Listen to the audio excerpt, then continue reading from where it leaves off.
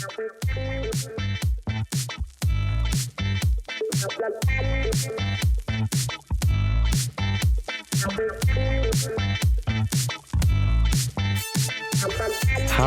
is it that it's summertime and we are still depressed and just overthinking everything that comes out from Arsenal? What is happening?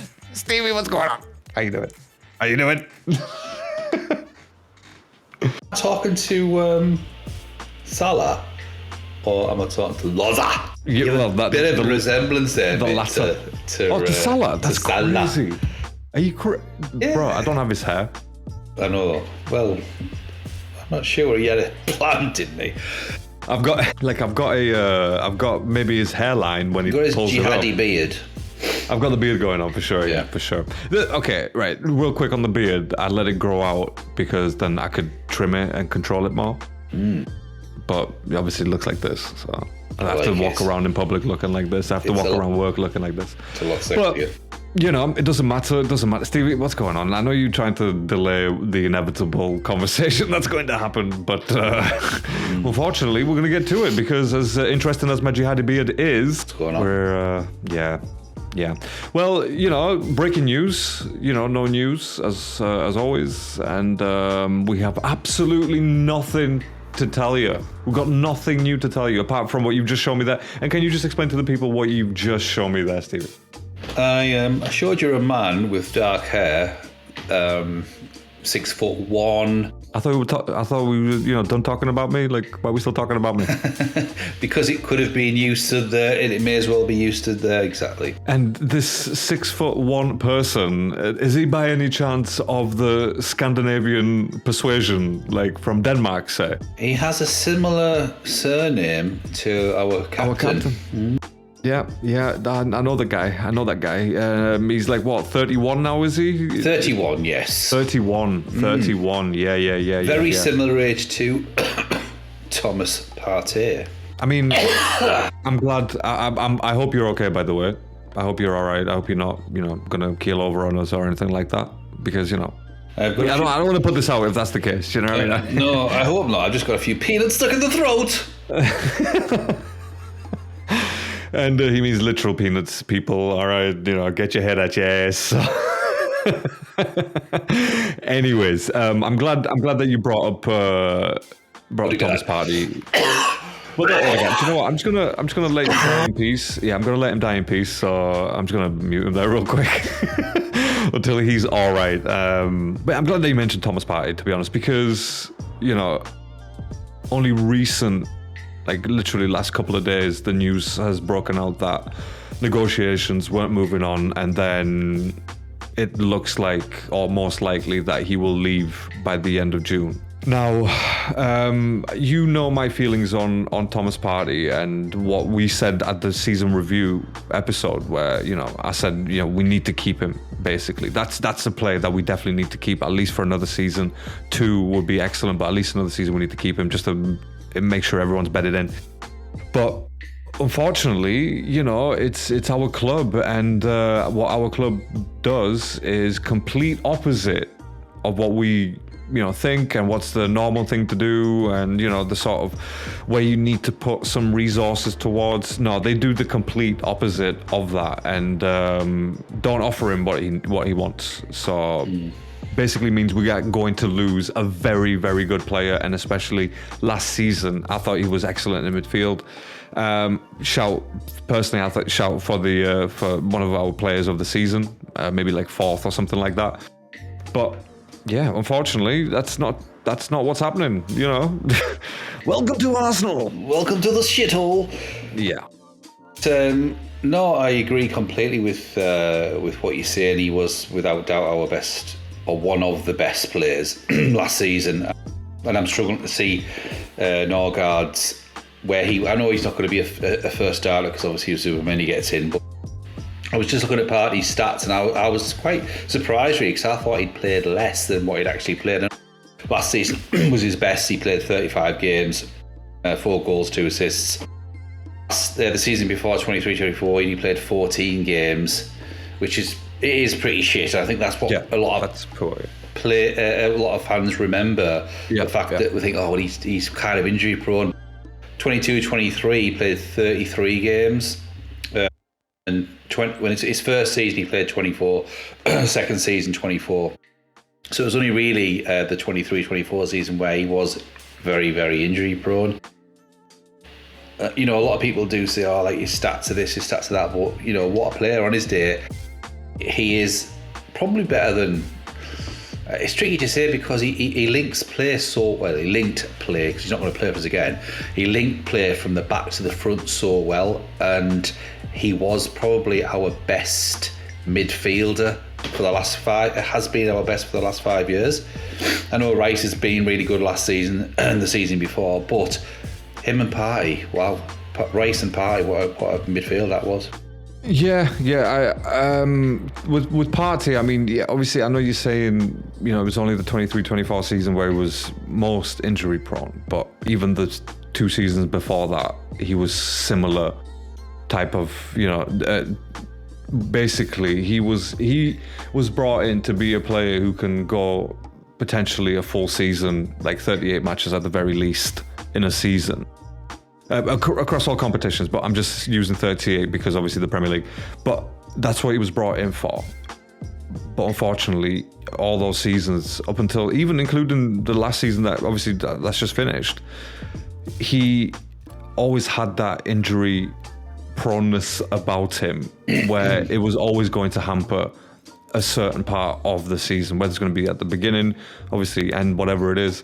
But that's why not everyone is loving Thomas Partey or has loved him. And it wasn't like, because, he was a bad player or anything. Like you said, it's just that the injury. Same thing is being said about Tomiyasu. Like, people forgetting how good of a player he actually is when he's not injured. But obviously injuries have taken over. And unfortunately with Partey, it's the same sort of thing where he was brought in to be, like I said, a full type season player with the sort of most minutes, but he never achieved that. And to be honest, even if he was offered another season, I still think that maybe a month or two of that will be injury. Maybe not too serious, but again, he has that ability in him every season to come up with some sort of injury, whether it's the same one or different, whatever it is.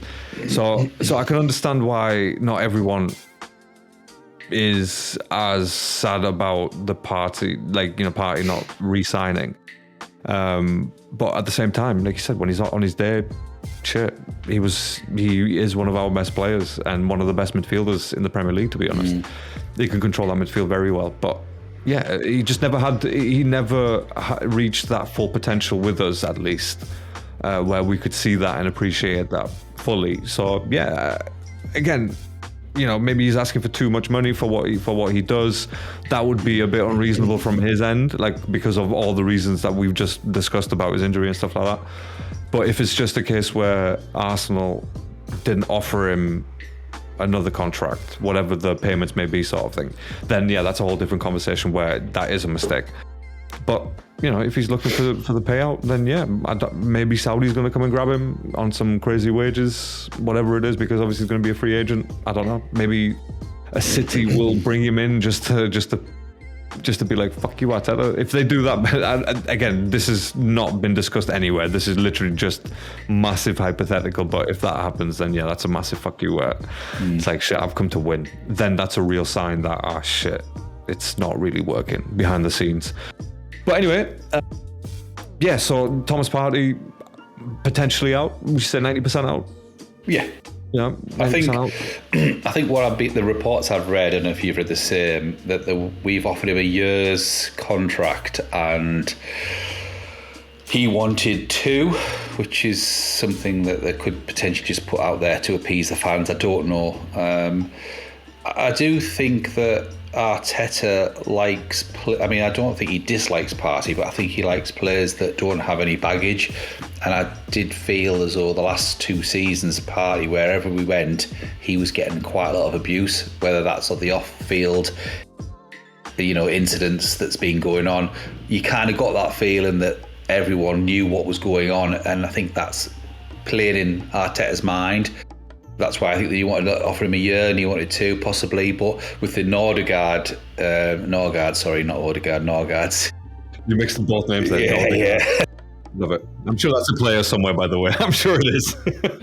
I think with bringing Norgaard in, I understand why he's kind of just Arteta through and through type player, isn't he? He's a similar Marino type. He's going to give no hassle. He's going to be a proper storm. His stats are pretty good. What he brings is probably going to be okay, but he's not going to bring what Partey is. But then Zubamendi is for that. So I'm not too disappointed.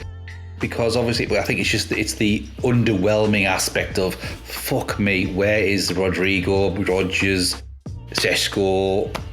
That's what the underwhelming fact. Because it's the Kepa, it's Norgaard, it's these underwhelming players that is pissing everyone off, isn't it? I think, and I think you're the same, aren't you, with regards to that? I mean, obviously the Norgaard thing, it looks like something where it seems a bit rushed. As in, it seems like a brand new idea. You know what I mean? It doesn't seem like an idea that they discussed from the end of the season, for example, from beginning of last season or whatever. Do you know what I mean? We're talking about Norgaard here, for God's sake. You know what I mean? It's not like a Semenyo where they've been watching him for 2 seasons. It's fucking Norgaard.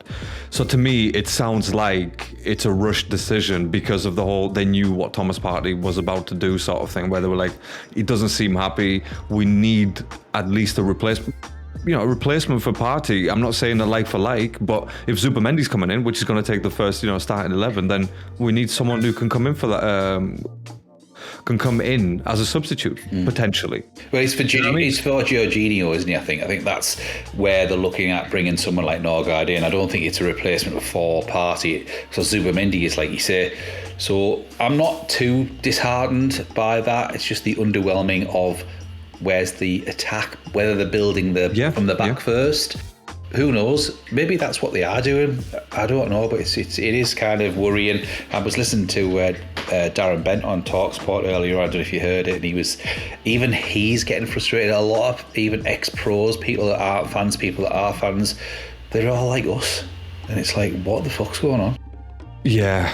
I mean, going back to the initial point of, building from the back. I think, yeah, because it's Arteta. That's what he likes to do. Especially if he's losing players like that, like Partey, for example. Then yeah, like I said, he needs to replace. So that's why I feel the whole Norgaard thing feels rushed, because they probably expected Partey to sign at least 1 more year, but because he's not going to. As far as as from what we can see, so that's why I think they brought him in, like Norgaard, just to fill that role, and potentially just in case Zubamendi can't fit in well, then Norgaard is a Premier League, he's a Premier League proven player. So yeah, building from the back, I think that's also good, because it's sort of like, again, with Partey leaving, it leaves a bit of a hole in that, not just in the position but in personnel as well, like in terms of actual bodies in the squad. So they needed potentially to fill that with the cheapest option that they can, but that can potentially just fit in there and do a job. Do you know what I mean? Through again, just in case Zubamendi gets injured or whatever it is, or Declan Rice isn't feeling up to it, whatever it is. So again, smart-ish, because Norgaard's not a bad player. Like, it's again not someone that any of us as fans or pundits or whatever would have ever predicted. Norgaard. No one ever said that. There was no rumors about Norgaard. It just happened. Boom, boom. That's it. Do you know what I mean? So again, going back to the point that you just made there, it's like, well, if you can do that with Norgaard that quickly, what are you doing with the strikers? So I don't know.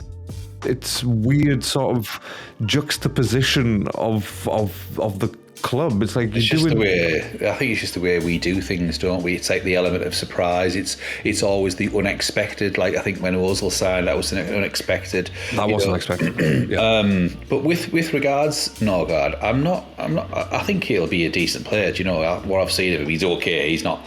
Doesn't set the world alight, but he's a good defender. He's tallish, so I think he'll be good as a squad player. But then I think, couldn't Calafiori do his job, or is Calafiori more of an attack? Yeah, a centre back, can't he? So maybe that's Arteta's thinking. I don't know, but you think Calafiori, isn't he a centre half?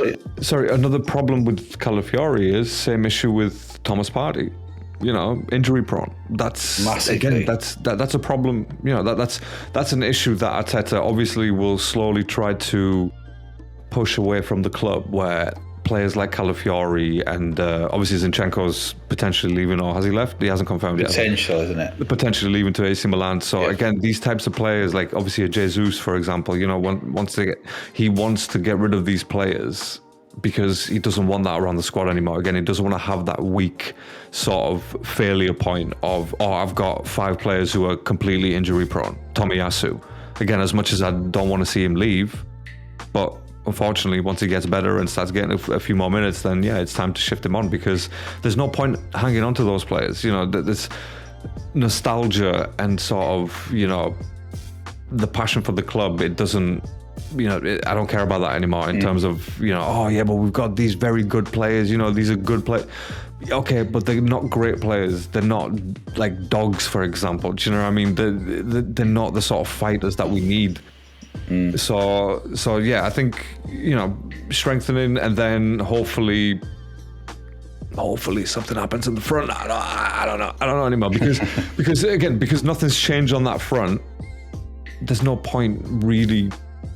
I don't know. I just don't want to discuss it again, because no.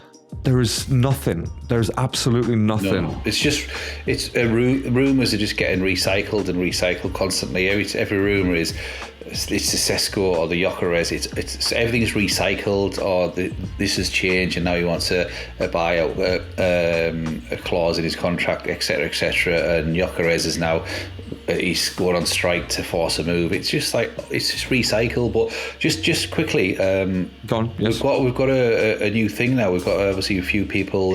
So I've just got one come through there. I don't know if you want to answer this one, Loza. Let's do it. Yeah. I was gonna. Sorry, before you do ask that, I was going to do. I thought we'd do it in a sort of way where we'll do some Arsenal talks, and then we'll do like a. Yeah, like these are just coming through as we talk, and that's all you see. So if they're coming through, let's do it. Hit me with a question. Okay, so this one is from Kaz in Devon. Believe it or not. Kaz in Devon. Shit. That's fine. Okay. Yeah. Okay. Sure. So Kaz says, can we afford to keep an injury-prone Jesus? You were just talking about Jesus, that's why I brought it up. This season, or is it time to cash it in while he still has a value? Good question, Kaz. Kaz in Devon or from Devon? Either. Well, I'm just saying, because they could be in Devon as a holiday, but not from Devon originally. Well, they're actually in Devon, so that's all. Okay, they're in Devon. Okay, in Devon, yeah. Fair enough. Kaz probably in the Devon. same thing, from and in. Well, no, because I'm in London, but I wasn't. I'm not from here, sort of thing, right? Anyway, it doesn't matter. Kaz in Devon, from Devon. I hope you're from Devon, right? This is brilliant. Yeah, I'm on a plane, but I'm in a helicopter. Yeah, is that right? Yeah, you don't say I'm on a. Well, I don't know. I'm in a helicopter, right? Yeah, I'm in a helicopter. That makes more sense. I'm on a helicopter. Where are you? On the. All right. Go on, before we start killing people with helicopters and shit. Kaz in Devon. Okay, with Jesus. Good question. Honestly, I think it's a very simple yes, because whatever value he may have left, I don't think it's enough to add to the team. Are you saying, so just to reiterate, we can't afford to keep him, or we can afford, or we can't afford, it's time to cash in, just to make this clear on all listeners? But I don't see it as cash in, to be honest, because it's not like we. Would you keep him? That's what I'm trying to allude to. Yeah. Would you keep him? So I'm saying no, don't keep him. You're selling. If it's possible to sell, if there's some suitors, then yeah, absolutely look at that option. If it's good enough, then yeah, but I'm not saying give him away. What's his value, do you think? 20, 30, 40? Should we? Do you know what? Let me have a look on Transfermarkt. Whilst you right, okay, so Transfermarkt. So I like I said, I think personally, I think get rid, because it's like I said, whatever value he may have, I just don't think it's enough to add to the squad. Do you know what I mean? Like it's like go do it somewhere else. I'm sure another team can appreciate you, sort of thing. Absolutely. Because what is he? He's not a striker. He's not a winger. He's not a number 10. You know, we've got Saka, we've got Martinelli. If we're signing Rodrigo or Rodgers, then surely they're upgrades on him, basically. Yeah. So, oh, absolutely. You know, I agree. And I think that's again, like I said, going back to my previous point about getting rid of players who are injury prone and again have no value to us anymore. Like Tini was probably both. Zinchenko is probably both.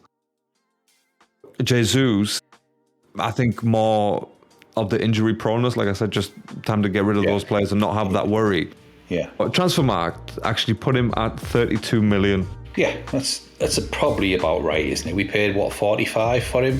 50? Yeah. No, it was about 30, about that, because it was quite cheap, wasn't it, for when we brought him in? Somewhere between 25 and 30. Yeah, 25 to 30. Yeah. I'd be happy. How old is he? With a 25 age. 28? He is 28, yeah. Just turned 28. Wow, look at you. Look at you doing your research. I didn't. You've got it in front of you. It's a pure guess. I can see it. I can see it in your glasses. I can see Transfermarkt open. It's swear it's not honest. No, I just look at his eyebrows and I think, yeah, that's 28-year-old staring back at me. That's the 28-year-old eyebrows. I love it. Yeah, I love it. Yeah, his badge is Kaz Devon, I love it. That's a good question. And so what about you? What do you think? No, I'm 100% with you. I think it's time to cash in, really. As good as he's been in sort of start, if it's the starts, his inconsistency is not good enough personally. So I'm definitely ship him out and get someone better. And even if it's Eze, Semenyo type player, double 60 million, I'd definitely sell him. If we can get 25 million for him, he's got to go.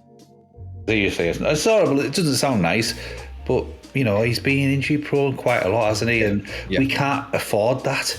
Like what Kaz says, we can't afford.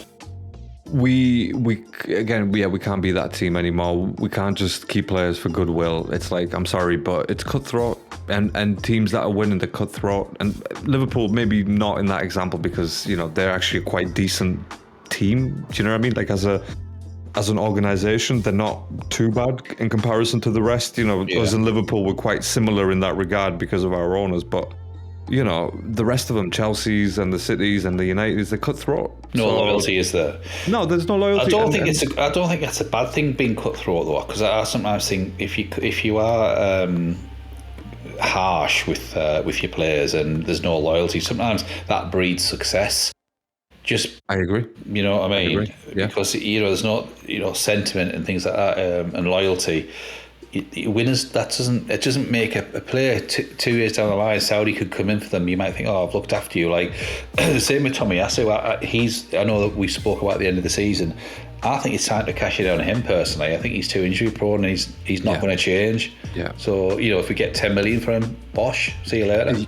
I agree, and I think 10 million is probably being a bit, sort of generous to be fair. Because what is he, 27, something like that? I mean, I haven't been for it with me. Yeah. Don't ask the question and you know the answer to it. So, about that anyway. Definitely under 30. But so you're right. If the time comes and someone comes in for who's sniffing around Tomiyasu, maybe like in a different league, then by all means sell. And 10 million sounds. We've got White and Timber, haven't we? Really for the right back, or is Timber better on the left? I don't know. What is Timber's best position? He's played both, and I can't. I think he's probably better on the right, to be honest. I think he's doing excellent. He did an excellent job last season on the right, but majority of the time. But with Ben White, I really hope that he hasn't lost that sort of confidence, the hunger. I hope he hasn't lost that. If he hasn't, and he comes back next season as a monster, then it's gonna be a good side for us to build from. Is Blanco on the bench though? Because I don't think he's good enough. I think Timber is far superior as a defender and overall. Yeah, I mean, I like Ben White because he works well with Saka. Yes. They work very well together. If Timber can hone that in, that skill of working together with Saka and almost like, know where each other's going to be sort of thing, then definitely I think Timber starts. But if Benji during the preseason and summer and preseason, if he's obviously, getting back up to full fitness and match fit and all that stuff, again, I'd probably start with Benji, to be honest with you. I really would, because again, with Timber, he is more injury prone than Benny Blanco. Do you know what I mean? Interesting. Like Benny, he got injured obviously because, again, of the excessive minutes that he played. And why did he play excessive minutes? Oh, guess what? Because Timber was injured. Yeah. Do you know what I mean? So that's why personally I'd go for White. Again, that's not to say that Timber's not good enough, by the way, because again, he was a candidate for player of the season last season. He did an excellent job. I just think that link up that he has with Saka on that right hand side and Odegaard, I think it's something that we missed a hell of a lot last season, like a lot. So yeah, personally, I'd start with Ben White, but that's only if he's match fit. Yeah, I disagree, but that's our own opinion. I think, I think potentially our home games would be better suited for Benny. Yeah, because it's the overlapping, we have more possession, etc. But yeah, I agree. Yeah. Do you want another question? I've got a couple more people, or do you want to carry on talking, or do you want to wait for a bit? Let's we'll just finish up on some of the Arsenal rumours news and stuff like that. And again, there's not that much, by the way, because as soon as we bypass the striker conversation, because we've had it like in the last 3 episodes, I don't want to talk about that anymore. Well then, hit me with a few rumours. With a few rumours. Wow, now you put me on the spot. Okay, speaking of Gyökeres and how inept we are at signing players, Liverpool. There's been rumours as you just callously sent to me on a beautiful day, and you ruined it with your menace. I love doing that. It just makes me feel better. It takes all the stress from me. Like, he's getting it now, the fucking wankers. But and then again, they've sent to my brain. Yeah. They've been linked. I think it's just obviously it's rumours just to try and piss people off, because I think they've been linked with Šeško as well and Isak. Pinch us all. Okay. Now, let's say the bad thing happens and they sign Gyökeres, right? Don't. Okay. I actually want to know your thoughts on this. You go first.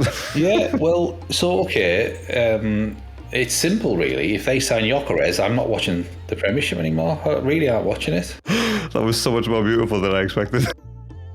It's simple, though, isn't it, really? It's the game. It's game over, seriously. Yeah, I agree. It's game over already.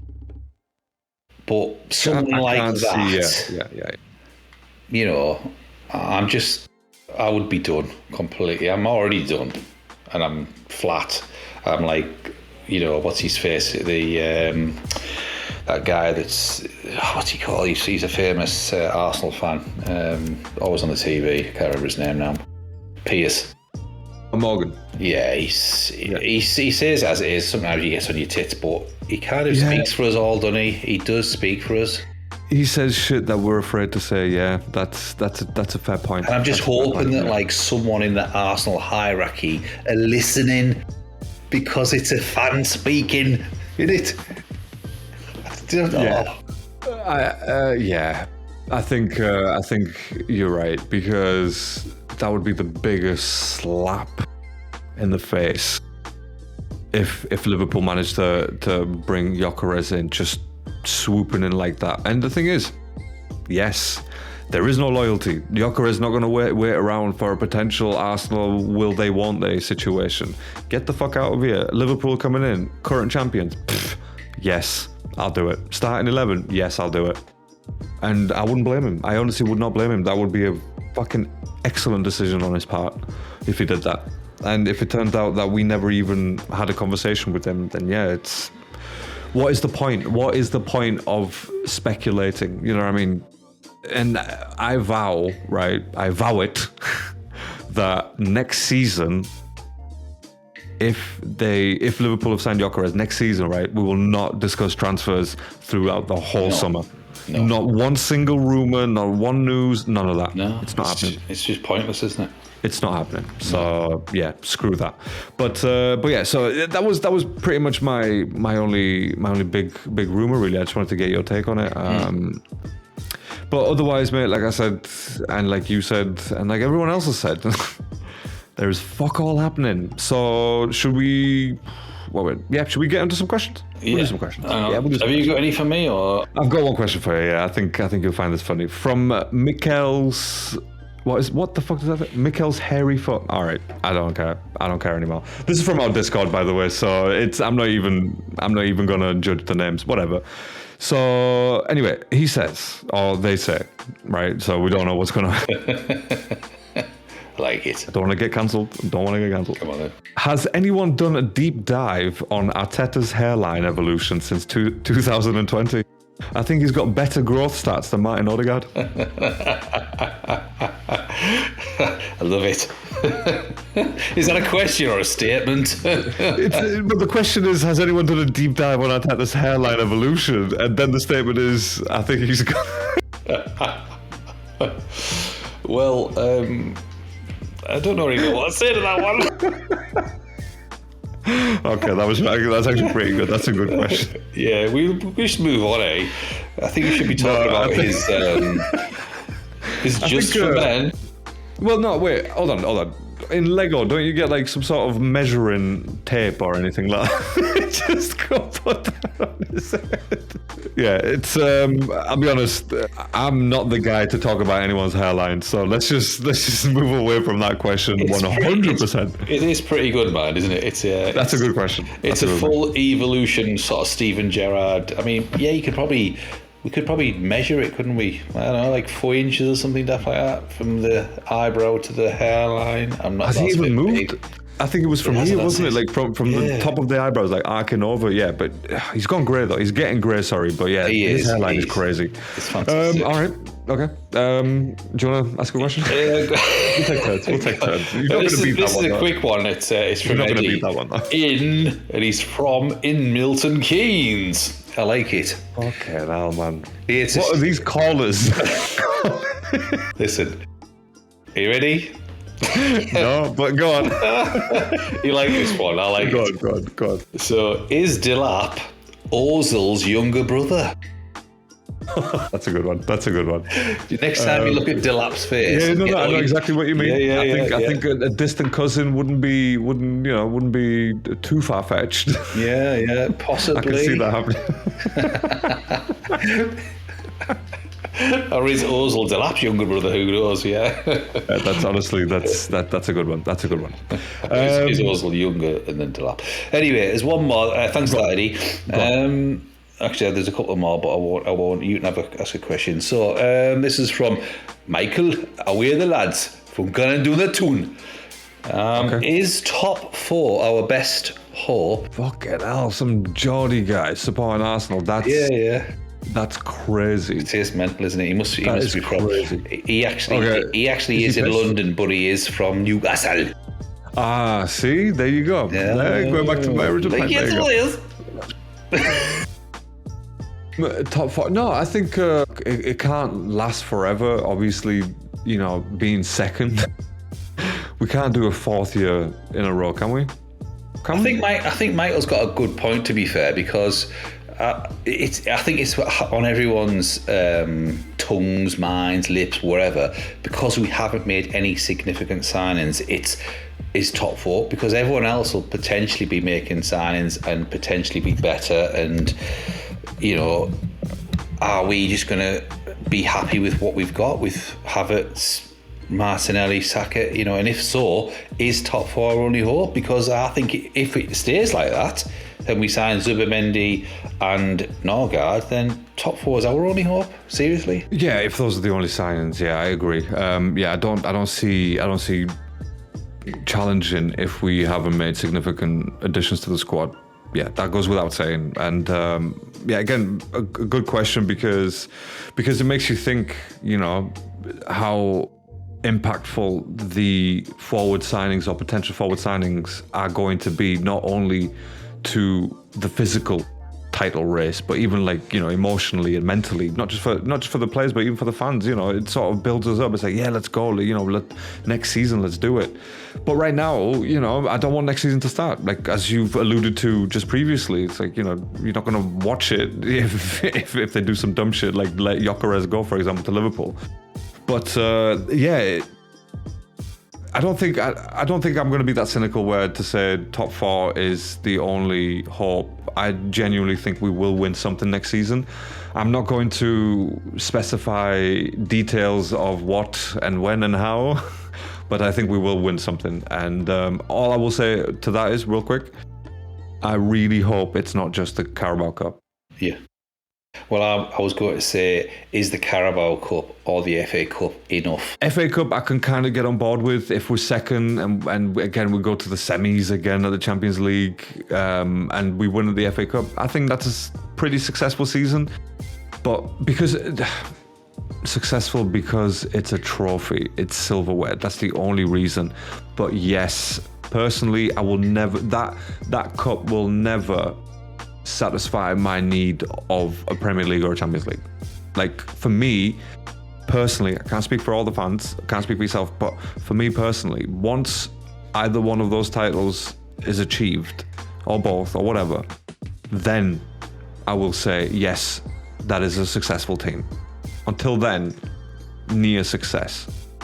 You can argue, oh, well, we scored so many goals and, you know, a couple of seasons ago and, you know, defensively and all this, and we broke records. It's like, all great, right? But I don't remember there being a breaking records trophy at the end of the fucking season where we can be proud of. So let's just not talk some bullshit and trying to justify an unsuccessful season, because success is winning a trophy, like a big trophy. This season, like last season that we had, that would have been a successful season right at the turnaround from Arteta taking over. Do you know what I mean? When we turned around, because we were pretty shit when he first took over, and then we changed. Like last season, that would have been a successful season back then. For me, it's still 100%. An unsuccessful season. Like that's it. We haven't won blood. Sorry, I will use the word blood right when it's like literally the most serious I could ever be. It's like, wherever I heard blood from is one of them guys off of TV, isn't it? Blood. Yeah. Yes, I mean, blood. Yes, my blood. Yeah, it's a London thing. A good question there from Michael. Excellent question. I like it. Yeah. I think the problem we've got is, and I can see where he's coming from with that question. When we haven't discussed this fixtures, the first 6 games are fucking horrendous, aren't they? Ooh, hot topic, Stephen. Hot topic. If we get off to a pretty poor start, which isn't out of the realms of reality, you know, we could be significantly behind by, I don't know, October, November. The first 6 games are horrendous. All right, yes, we could effectively win all 6.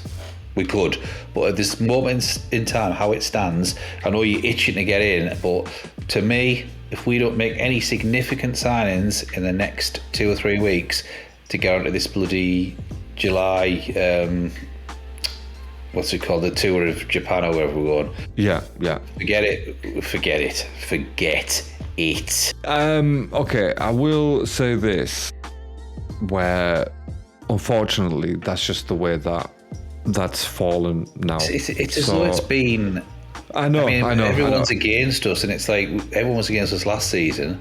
The fixtures weren't great last season, and the PGM, everyone was against us last season. And it's as though, is there another fucking? I mean, you could argue the fact that it seems like everything's against us, isn't it? Really, hate to say it. I will say this. Just a quick reminder for people listening, by the way. So we've got United, Leeds, Liverpool, Forest, City, Newcastle, right?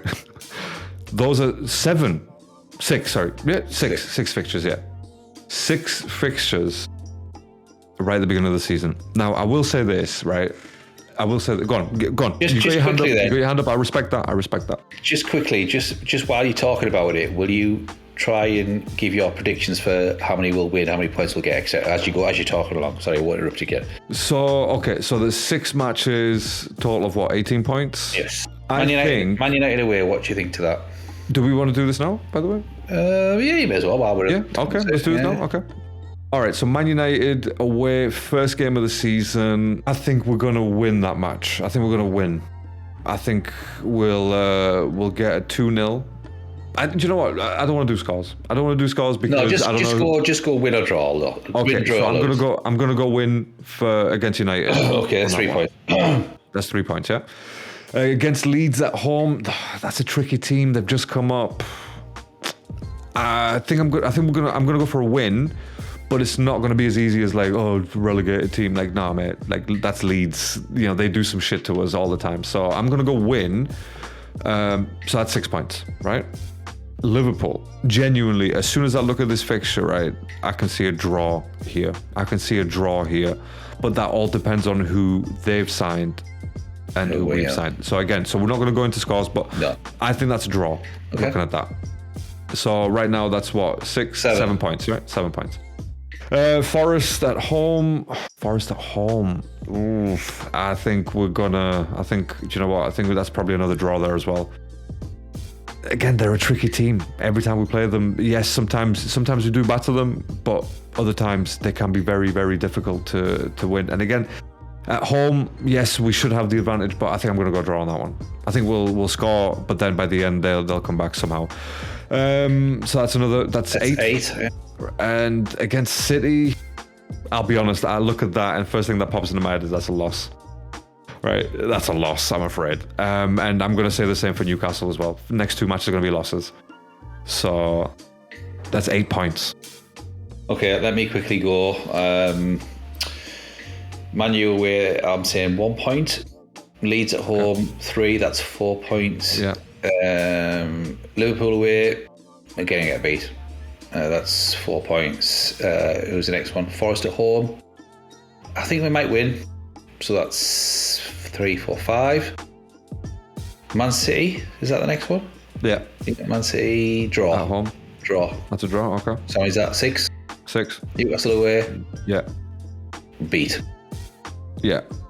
So I have a possible 18 points. We both predicted less than 10. Are you insane? Are we insane? I use the you as a collective we. This is what the transfer market has done to us. Jesus, I predicted 2 wins, 2 draws, and 2 losses. That's literally what I predicted right there. Like that's not even thinking about the pattern. It's just the way that it's fallen, I'm afraid. Oh God. But listen, if we had signed Gyökeres, Rodrigo, you'd be talking differently. 18, mate. Done that. Isn't it weird? I'm going to ask you on the first game of the season about these, what we've signed. Yeah, anyway. Oh, absolutely. Yeah, that's our so I think this is terrible. This is episode 26, so yeah, we'll come back to this and compare it to the obviously when the season actually starts. But yeah, that's not good. That's not good. Whatever we just predicted, that was not good. That's not good, Stephen. No, it isn't, mate. And we've just had a question in from Jamie. Go on, do it. It relates to this. Go on. It's Jamie from Kent. Hi, Jamie. He's from Kent. He's not in Kent. Just so we're clear, people. Will Arteta be sacked by Christmas, or will he last till the end of the season? Now, great point there, mate. Go ahead. What do you think? With them stats. Them stats. Oh shit! And with them stats, and he hasn't signed anyone, and we still get those stats. Then yeah, see you later, mate. Is he gone? No, I'm just kidding. End of the season. I don't think he'll be sacked mid-season. I think it'll be end of the season job if that's the case. But look, honestly, we've had that discussion so many times that I feel like saying go listen to episode 18 or something, you know what I mean? Or episode 20 or whatever it was, because we've had that discussion in depth. So that's going to be my answer. Please go listen to the previous episode. Yeah, absolutely. Because again, nothing's really changed for me in terms of Arteta. Do you know what I mean? Yes, they're taking the time, but is that really him to blame only? We don't know that. We can't possibly know that. So nothing's really changed for me as far as I'm. If it's catastrophic like that and we get less than what we predicted, then yeah, that's a conversation to be had, 100%. And especially if it's like tactically that we're losing, then yeah, 100%. Have that conversation. Yeah, I agree that he's got to have till the end of the season. My only concern is that if we have like you say, a catastrophic start and we are 10, which we've obviously spoke about, 10, 12 points behind after them first 6 games, because with Liverpool and City, I mean, they might have a shit start. You never know. But if they get off to a great start and win out both the 6 games, then it's the inevitable, isn't it? I don't think we're going to catch them. I agree.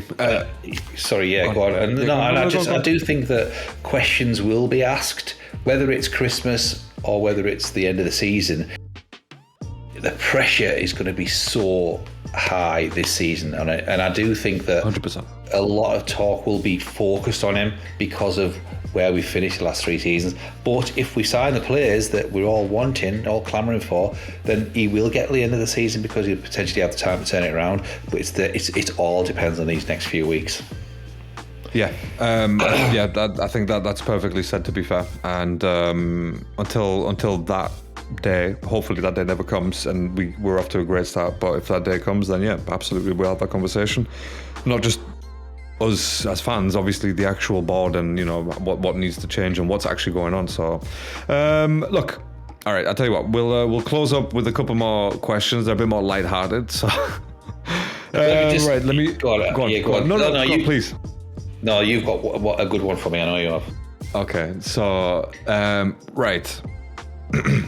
Jorginho's pillow, right, asks, would you rather fight 1 William Saliba-sized Martinelli or 10 Martinelli-sized Salibas? That's the real question. That's what we need to... Say it again.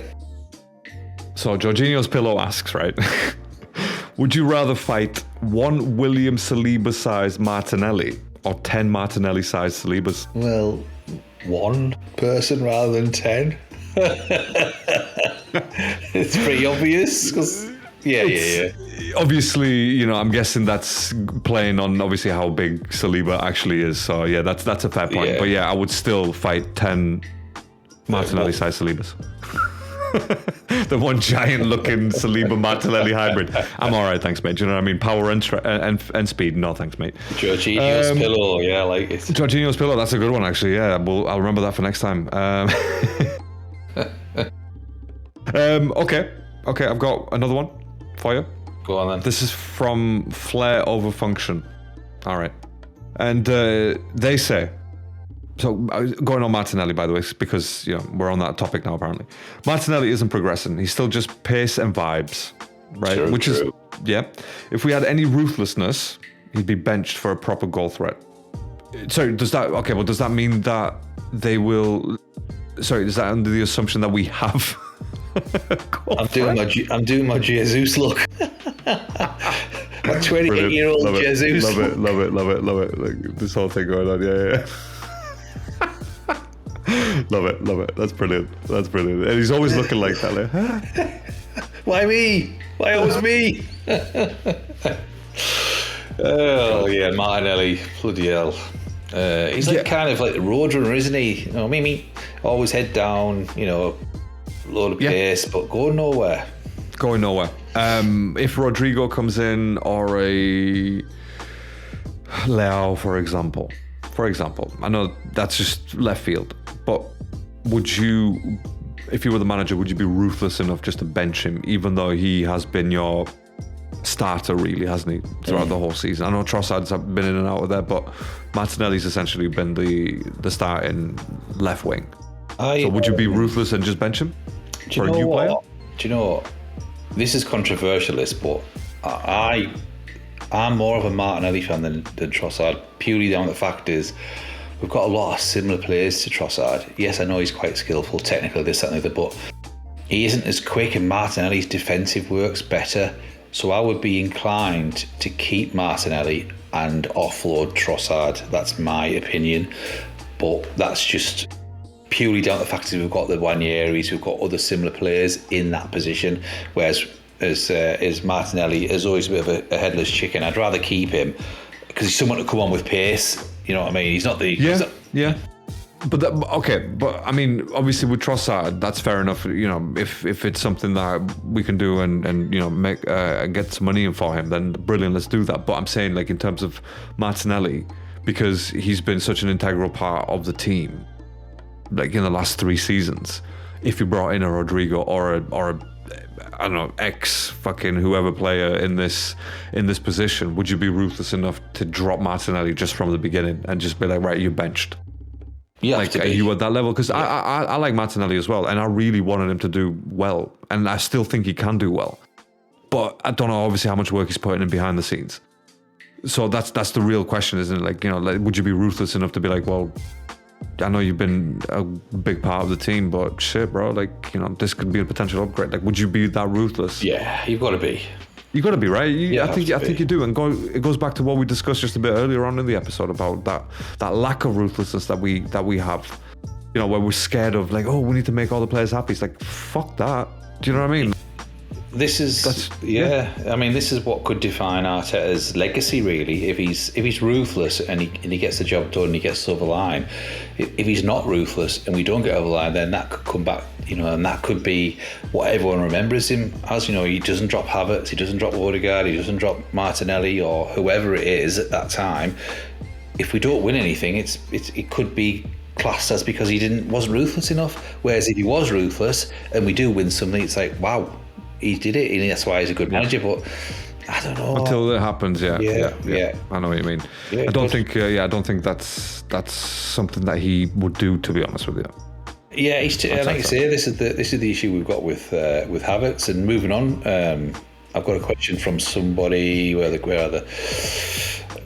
He's from Jerusalem. Strange, isn't it? Yeah, welcome to Jerusalem. How they got fucking internet there? What the fuck is going on, bro? I mean, I thought it was lights out there, bro, wasn't it? No, I don't know if this is a doubting Thomas, but he is from Jerusalem, and he's called Thomas. Wow, that's weird, bro. That is so weird. Honestly, like. But I like this question. Will Arsenal have a player that will score 20 plus this season, or are we just living on a prayer? Or like, he's put a bit of a what's bit of a Bon Jovi in there. Bit of a Bon Jovi or Madonna. Which one are you talking about? No, that's what is that? What is the Madonna song? Praying, Virgin Pray or something? I don't know. Praying like a virgin or something? I don't know. Whatever. It's like a virgin. Like a virgin. That's the one. Bon Jovi. Doubting Thomas, living on a prayer. Are we going to score 20 plus? So was that his full name, by the way? Is that his full name? That's really biblical, by the way. I'm just saying. I know, yeah, very ironic, isn't it? Never mind. So anyway, Doubting Thomas, are we going to have a player that's going to score 20 plus? Do you think we'll sign that player? No. Sorry to quite blunt there. Across. Yeah, that's a definite no on that one. No, I don't think we will. Even if we get Šeško in or Gyökeres, I don't think they're going to reach 20 goals this season. Interesting. I don't know, man. Like it's been a long time since we've had a player that reached 20 goals, and I'm not even talking about consistently. Just one time. Like when was the last time that happened? It was Abba, wasn't it? Abba got 20. Yeah. Oh yeah, that's it. And before that was Sanchez, right? Yeah. I think, did Sanchez reach 20 goals? Did you see the I saw just quickly on Sanchez? I saw some stats the other day. It was about I think it was Gareth Bale. I think you sent me that. Didn't the you? Gareth Bale one, the Suarez.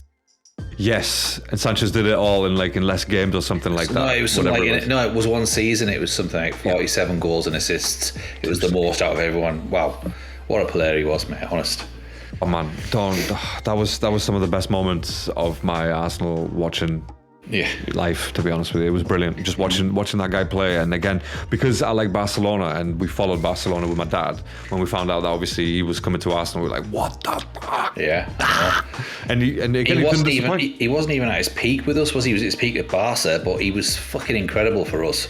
The thing is, right, if he stayed for at least another 2 seasons, I think that would have been classed as peak Sanchez, to be honest. We'd have won something. At least we'd have won the league, wouldn't we? Oh God, the fact that we didn't win with Sanchez and Ozil and Aubameyang, right? Did they play together? They didn't play together, did they? No, just Ozil and Sanchez, Again, even with just Ozil and Sanchez, we didn't win, apart from an FA Cup, we didn't win any major trophies, which is crazy. I know FA Cup's a major trophy, I know, but like I'm talking the big 2. Okay, Stevie, I'm gonna ask the last question of the night. Go ahead, sir. And this comes from Declan Rice's mum. Hi, Declan Rice's mum. And they say, I don't know if it's his actual mum. The handle is Declan Rice's mum's. I don't know, maybe Janet or something, whatever her name is. Janet Rice. Janet, I like it. Janet Rice, love it. That sounds like Uncle Ben's rival, that. Some housewife called Janet Rice. Only 2 minutes in the microwave, if you're lucky. Okay, so Declan Rice's mum says, right? And again, just FYI, not his actual mum. This is the handle. Okay. I have to reiterate that, okay? I do not want to get sued by Declan Rice or his mum. Okay, so they ask. They or she? I don't know. Again, it's not Janet Rice. I mean, it's Susan or whatever her fucking name is. He may be the bloke. I'm going to say they. A shim. I'm going to say they, all right? I'm going to say they. Him, she. No, that's kimchi. Sorry, that's the cabbage, isn't it? Anyways, Declan Rice's mum. Fucking hot. They ask. Yeah, the kimchi's nice, though. It's delicious. Yeah, good. If good we fight. win the league next season, does Declan get to be Prime Minister asking for a country? That's what they're asking. So it could be his mum. Judging by that question, it could actually be his mum asking that genuinely. Because they don't say Declan Rice, they say Declan. Does Declan get to be Prime Minister? You get me? So it could actually be his mum on a disguise with the handle Declan Rice's mum. Well, he can't do as bad a job as our current Prime Minister. So if we won the Premiership, then I think it's a fair shout, personally. I think forget the knighthood, give him the Prime Minister job. Fucking too, right? King Deck. King Deck, love it. Love it. Love Absolutely, it. rhymes. Royal Deck, love it. Royal Deck, that's going to be a colour, by the way. Royal Deck, mixing it up on his deck. Well, Janet Rice, thank you so much for that question, disguising it as if you're someone else. All right. Okay. Look, that was I genuinely, these handles have been absolutely fantastic. There's literally one here called "I like Havertz before he was good." That's literally what the handle is. What? I'm sure that was me. Was that you? I think that was me, my friend. Right. Okay. I think we should leave it there. Really. Yeah, Do we have anything else that you want to add? By the way. No. Just looking forward to the Austrian Grand Prix. Boy, yes. Okay. Quick predictions, then. We're here. Give me. Do you know? I think Lando's going to do it. You know, I know he's fucking being a bit loose cannon lately, but he's gonna make it up and he's gonna go for it. And I think Lewis is going to get on the podium. Ooh, naughty prediction. Who's the third guy then? Or was that Lewis? Well, I think he's going to get. I think Lewis could potentially surprise everyone this weekend, but I think him, Max, and Lando. I don't know which order. I think Lando will probably win it, but I think that's a good shout, to be honest. I'm not sure about Lewis because he's shit. You know, that Ferrari is fucking awful. I'm gonna go with Piastri, Norris, and Verstappen, and not necessarily in that order, but I think Piastri will win it. Right. Because I can just see Max and Lando going at it like they did last season in Austria, which is brilliant to see. But is that a car? Sorry, I was going to say this is the time now where we see if Lando's actually learned his lesson on how he could potentially attack Max. You know, on the track, obviously. You know, I'm not talking personally. So calm down, peeps.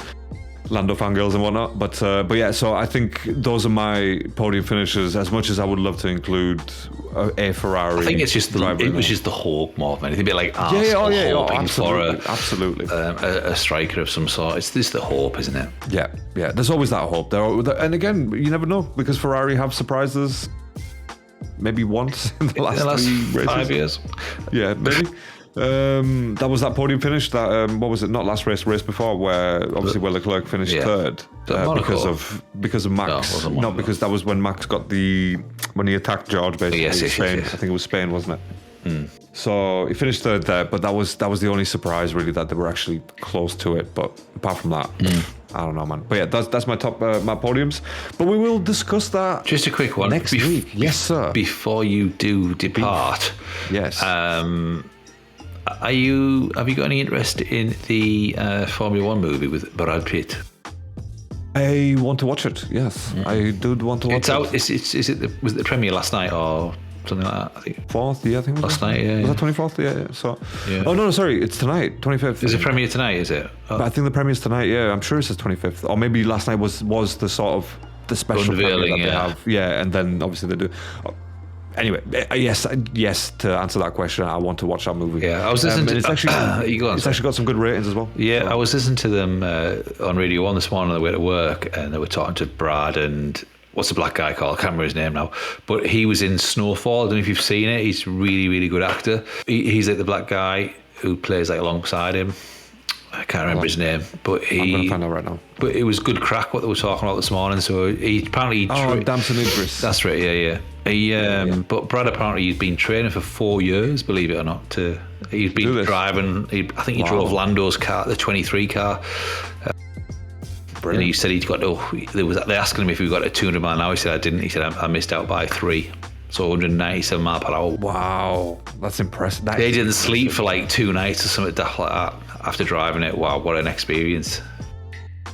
I'd love it with you.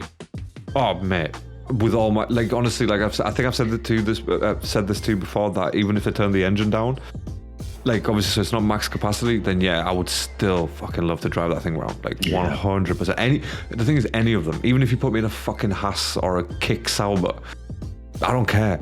I do not care. But yeah, he's lived the dream of everyone, really, hasn't he? Yeah. Do you know you could? I think McLaren years ago did like a 2-seater one where you could actually be driven around. You couldn't drive it, but you would be in the back. They like a cockpit and someone behind. Oh, fantastic. Yeah. Oh, I think they still do that, but I think obviously, I think they still do that. I think maybe Lotus or some shit maybe do that still. Right. But that would be just excellent, man. Unreal. I wish I had my own track and my own F1 car. Anyways, we will leave it there. We will be back next week at some point because we have no schedule because, again, there's nothing going on. Unless there's something going on, then we are just going to do our own thing. But yeah, at some point next week, we will gather, and we'll talk about it. Gather. Okay, mate. Watch out you go. Speak to everyone later. Thank you so much for being here. Bye-bye. Au revoir.